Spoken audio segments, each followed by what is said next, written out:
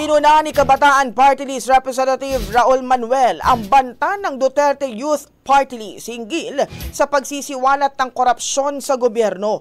Matapos kasing hindi maproklama bilang isa sa mga nanalong party list, sinabi ni Duterte Youth Party List Chairman Ronald Cardema sa COMELEC na kung hindi sila pauupuin sa posisyon, magsasalita sila tungkol sa kalokohan daw sa Kongreso at COMELEC. Komento ngayon ni Manuel kung may alam pala tungkol sa korupsyon, bakit hindi pa ito isiniwalat noon? Maliban sa kanya, kinwestiyon din ni House Deputy Minority Leader at ACT Teachers Party List Representative Franz Castro at ACT Teachers Party List Representative-elect Antonio Tino ang pahayag na yon ni Cardema.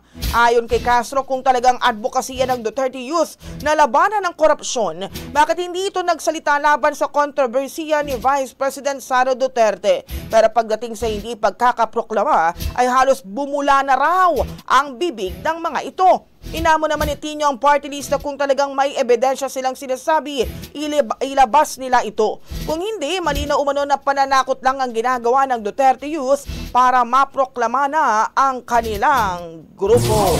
Ang bahaging ito ay hatid sa atin ng Maxan Mangosteen Santon Coffee. Max Healthy, Max Sarap.